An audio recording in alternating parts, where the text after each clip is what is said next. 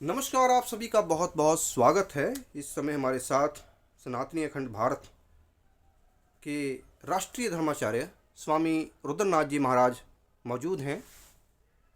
सनातन के प्रचार का कोई भी मौका स्वामी जी नहीं चूकते हैं और भारतीय राजनीति में भी इनकी खास दिलचस्पी है। तो दिल्ली विधानसभा चुनाव के जो नतीजे आए हैं, 27 साल बाद भारतीय जनता पार्टी ने ऐतिहासिक जीत दर्ज की है और इस चुनाव में बड़े बड़े दिग्गजों की कुर्सियां धराशायी हो गई। तो आज इस चुनाव परिणाम पे हमारे साथ स्वामी जी बातचीत करेंगे और जानेंगे क्या कुछ कार्यक्रम इनके सनातन के प्रचार को लेकर चल रहे हैं। स्वामी जी, आपका बहुत बहुत स्वागत है। भारत के श्री न्यूज चैनल के समस्त दर्शकों को हर हर महादेव जी। अगर बात की जाए आपकी, आप सनातन के प्रचार के लिए कोई भी मौका हो वो नहीं चूकते हैं। कहीं पे भी कैसा भी मौका आपको मिलो, सनातन के प्रचार के लिए आप तुरंत एक्टिव देखने को मिलते हैं। जी। और जब बात भारतीय राजनीति की जाए, प्राइम मिनिस्टर के आप बड़े समर्थक हो, योगी आदित्यनाथ की बड़ी चर्चा आप करते हो और इस सरकार का जब जिक्र आता है तो सनातन के जितने भी जो चिन्ह थे दबा दिए गए थे या छिपा दिए गए थे, उनको उजागर करने का काम ये सरकार कर रही है।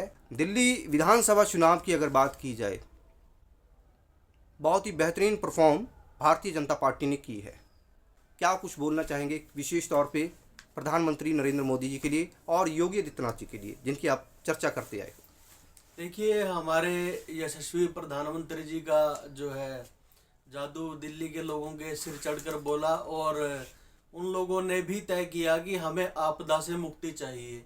तो दिल्ली के लोग भी बधाई के पात्र हैं कि उन्हें आपदा से मुक्ति मिली और आगामी जो नई सरकार है, मुझे पूरी आशा है कि दिल्ली के लोगों के लिए बहुत बेहतरीन कार्य करेगी।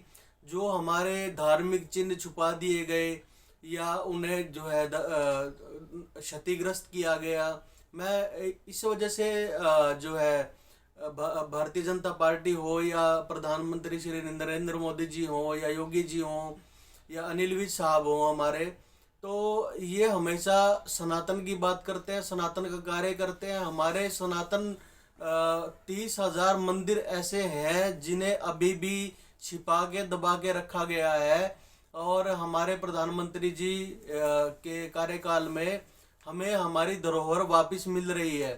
तो सनातन का प्रचारक होने के नाते, एक सनातनी होने के नाते, सनातनी सिपाही होने के नाते प्रधानमंत्री जी और योगी आदित्यनाथ जी का मैं बहुत बड़ा समर्थक हूँ। और जो वो सब हिंदू समाज के लिए कर रहे हैं, सनातन धर्म के लिए कर रहे हैं, वो बहुत ही सराहनीय कार्य है। और मुझे आगे भी यकीन है कि आगे भी हमारी जो चाहे वो ज्ञानवापी है, चाहे वो मथुरा का मुद्दा है, चाहे अन्य मुद्दे हैं हमारे सनातन के, वो हमारे हक में फैसले आएंगे और हमें हमारी धरोहरें वापस मिलेंगी। जी, दिल्ली की जनता ने जो इतना बड़ा समर्थन भारतीय जनता पार्टी को 27 साल का समय लगा, काफ़ी लंबा समय तय करना पड़ा है बीजेपी को। कैसा भविष्य अब दिल्ली का होगा और कैसा काम दिल्ली की जनता को मिलना चाहिए? देखिए, दिल्ली में क्राइम सबसे ज़्यादा है। दिल्ली की जनता ने क्राइम को देख करके वोट किया है कि हम क्राइम से मुक्ति पाना चाहते हैं। दिल्ली ने गंदगी से जो है मुक्ति पाने के लिए वोट किया है। दिल्ली ने करप्शन से मुक्ति पाने के लिए वोट किया है। दिल्ली ने झूठे जुमले, झूठे वादों से मुक्ति पाने के लिए वोट किया है। एक ईमानदार चेहरा, नकाबपोश चेहरा जो दिल्ली की जनता को ठगने आया था, उसको हटाने के लिए वोट किया है। जी, तो सनातन के लिए भी कुछ दिल्ली में खास देखने को मिलेगा, क्योंकि जब भी बीजेपी की जो सोच है, जी हिंदूवादी सोच है, और सनातन के जितने चिन्ह अभी तक दबे रहे उनको उजागर करने का जो काम किया, क्या दिल्ली की जमीन से भी कुछ खोद के निकाला जाएगा? बिल्कुल निकाला जाएगा। आप देखते जाइए कितना कुछ है दिल्ली में। मुझे पूर्ण विश्वास है हमारे प्रधानमंत्री जी पर, हमारे योगी जी पर कि आप देखिए उत्तर प्रदेश में उत्तम व्यवस्था है। आपने कुंभ देखा जी आप, अन्य जो है हमारे धार्मिक कार्यक्रम देखिए, हमारे मंदिर देखिए जिनका जीर्णोद्धार हुआ, जिनका पूर्ण निर्माण हुआ। ठीक है, तो आने वाले समय में दिल्ली में भी उत्तम अति उत्तम व्यवस्था देखने को मिलेगी, मुझे यह पूरा यकीन है। जी। तो इस जीत के लिए बधाई के तौर पे 2 शब्द हम चाहेंगे और ये भी जानना चाहेंगे दरबार के क्या कुछ कार्यक्रम, दुर्गा शक्ति संकट मोचन दरबार के क्या कुछ कार्यक्रम आगे के होने वाले हैं, इसकी भी थोड़ी सी जानकारी आपकी। देखिए, हमारा एक संगठन है सनातनी अखंड भारत।